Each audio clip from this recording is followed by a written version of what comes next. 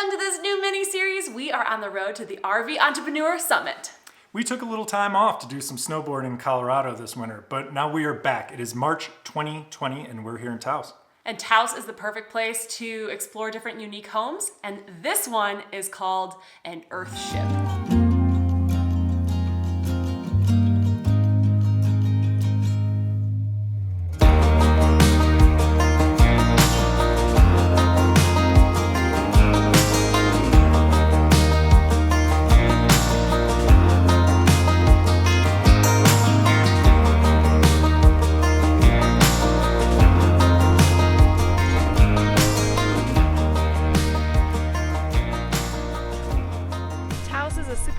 Location up here in northern New Mexico because it is very desert, but we are at the base of the mountains, and so we'll be skiing here this week, and we figured we'd show you just kind of a little bit around before we get into the Earthhouse.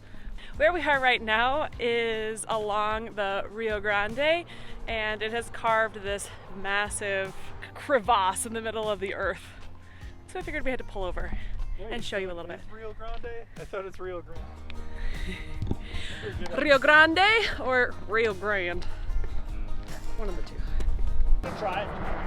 That's all you can do. Yeah. Well, wait, now you made me more nervous. Okay. Yeah, okay, good idea. Thanks. Someone just turned around because it got too scary. This is so weird, it's so flat here, but we're at such a high elevation, and then the river just carves this massive area. Why is that kind of spooky? Because you like go off the ledge. It's different than a different bridge. Because like from right here, it vibrates a little with the cars. This looks flat, but all of a sudden,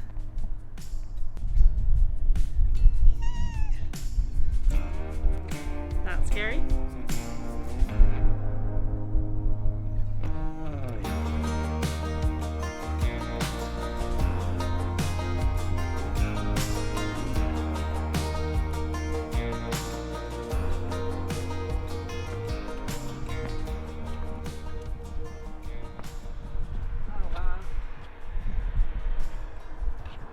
So green.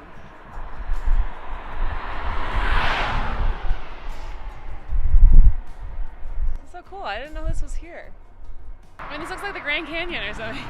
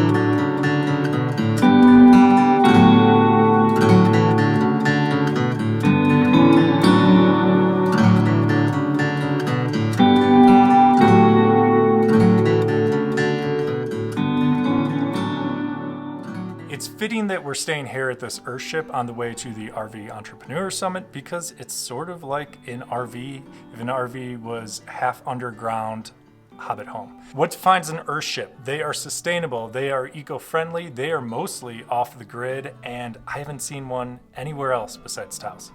Why is an Earthship like an RV? I'm glad you asked me that. Well, we've got water tanks here. We're completely off grid, we're solar powered, and guess what? We're even 12 volt DC, and then we also have AC using an inverter. I know it's crazy, but check this out. This is one of the perks of doing that. This is our CD player. Look, this belongs in a dashboard somewhere.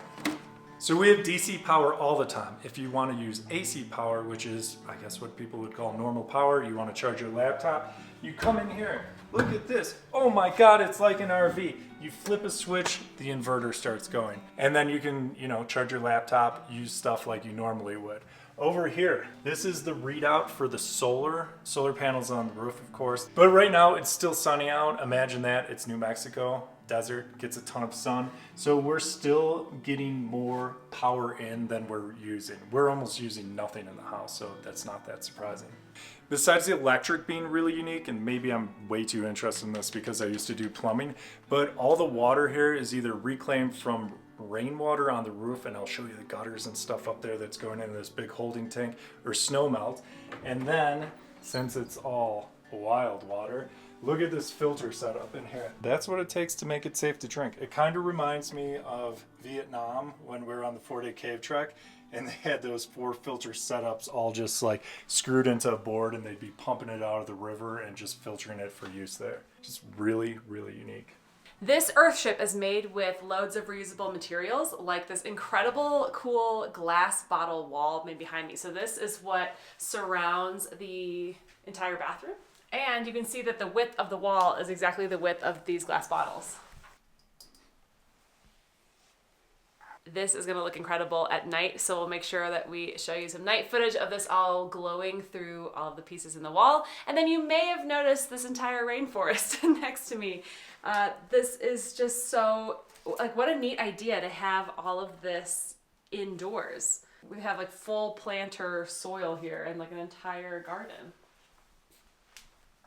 Unlike an RV, but would have been a cool feature, is the toilet is actually using the gray water from the shower. So it's very sustainable in that way and helps save about 40% of water usage. See, Tim's not the only plumber here. This solar setup here is of special interest to me. We just got a place in Florida, and I've already been diving into the internet to see how you'd even go about setting something up for house use. This uses way less panels. Granted, the house is smaller, and you're not exactly running AC out here, but they've got 6 panels right here, and that's been plenty to power this place. Talking about how a roof works might be the least exciting thing to watch on YouTube, so I'm going to keep this short. All the water comes down right here, and guess what? There's a holding tank for that water right here. Boom. Being out here on the roof, which feels like you're just walking on a mound of dirt. One of the things that I forgot is you can see 2 propane tanks right here. The fridge runs on propane, much like an RV. Totally forgot to mention that inside. Pepper, can you help provide scale on these tanks? Good job, Pepper. Your scale. Pepper sits about 10 inches tall. That's a big propane tank. Okay, good job. Is that a big propane tank? What do you see? Coyotes?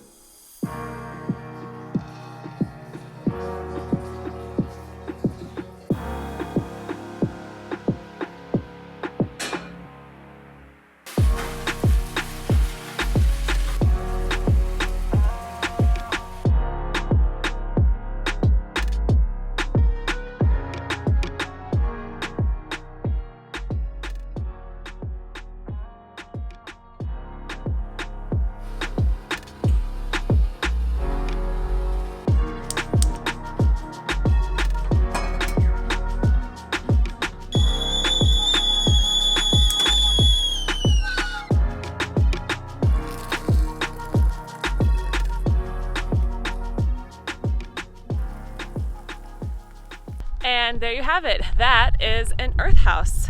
Hope you enjoyed that tour. We are going to be staying at a lot of unique Airbnbs during this little road trip. So click subscribe, and if you hit the notification bell, you'll be notified next week when we stay at a what is it called? a container house in Amarillo, Texas. Amarillo. Pepper, come! Good girl!